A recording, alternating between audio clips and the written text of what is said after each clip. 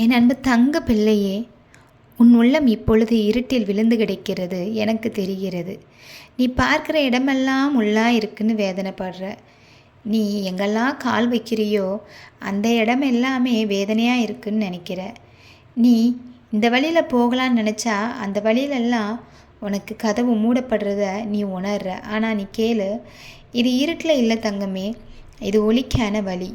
முள்ளின் நடுவில் தான் ரோஜா மலருது, அதை ஒரு நாளும் மறந்துடாத.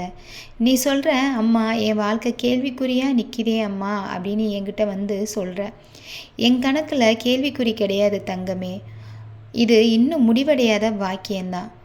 உன் வாழ்நாளின் கதையை நான் தானே எழுதிக்கிட்டு இருக்கேன். அதுக்கான பக்கம் இன்னும் மாறவில்லை.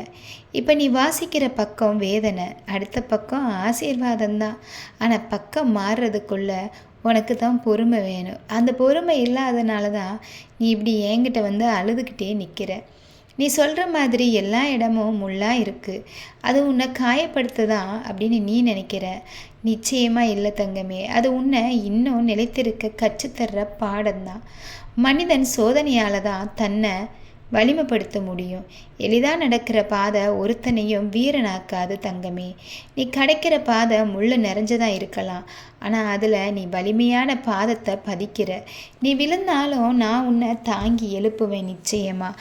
நீ சொல்கிற, நல்லவங்க கூட எனக்கு கஷ்டம் கொடுக்குறாங்களே அம்மா அப்படின்னு.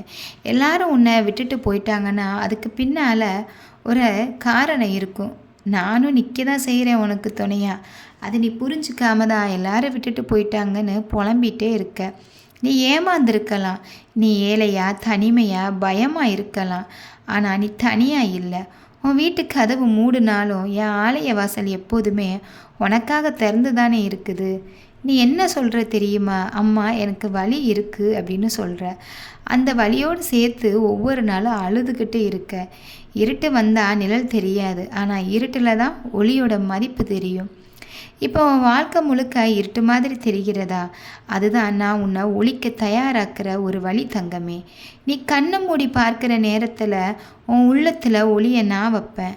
நீ இன்னும் அதை காணலன்னு நினச்சிடாத, அது வளருது தங்கமே. பூமிக்குள் விதை முளைக்கிற மாதிரி ஒளி உனக்குள்ளே வளர்ந்துக்கிட்டு தான் இருக்குது. நீ சோர்வோடு இருக்கிற, உன் மனம் இன்னும் என்ன வேணும்னு கேட்குது. நான் சொல்கிறேன் கேட்டுக்கோ. நீ இன்னும் உன் வாழ்க்கை முடிஞ்சிட்டுன்னு நினச்சிக்கிட்டு இருக்க. ஆனால் நான் சொல்கிறேன், இன்னும் முடிஞ்சு போகலாம் உன் வாழ்க்கை. நீ விழுந்த இடம் உன் முடிவு கிடையாது, அதுதான் உன் ஆரம்பம்னு நான் சொல்கிறேன். நீ ஏன் உன் வாழ்வை நிமிர்த்தணும்? நான் உன்னை பின்ன தள்ளுறதுக்கு ஒரு நாளும் அனுமதிக்க மாட்டேன். நீ ஒரு அடி எடுத்து வச்சேன்னா பிறகு எல்லா அடிகளும் உனக்கு நான் தருவேன். உன் மனதில் அமைதியை வச்சுக்கணும். நீ இரவு முழுக்க என் பேரை நினச்சி சொல்லிக்கிட்டே இரு. சமயபுரம் அம்மா வாயேன் என்னோட இரேன் அப்படின்னு நான் அழைச்சிக்கிட்டே இருந்தேன்னா உன் சுவாசத்தில் கலந்து இருப்பேன். நீ தூங்குகிற நேரத்தில் உன் தலையில் என் கையை வைப்பேன். நீ நிம்மதியாக வெளிக்கிற நாளை நான் உனக்கு தருவேன்.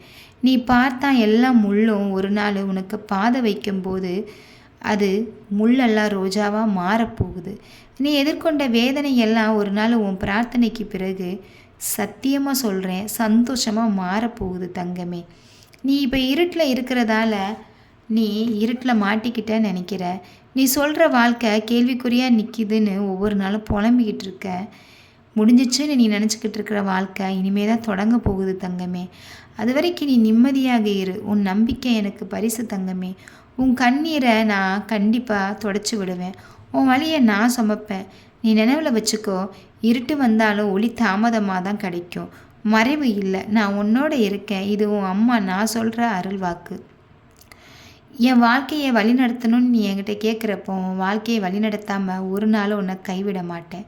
முள்ளின் நடுவுலையும் மலர வைக்கும் உன் அம்மா நான் இருக்கேன். உனக்கு நிச்சயமாக நல்லதை நான் கொடுப்பேன் தங்கமே.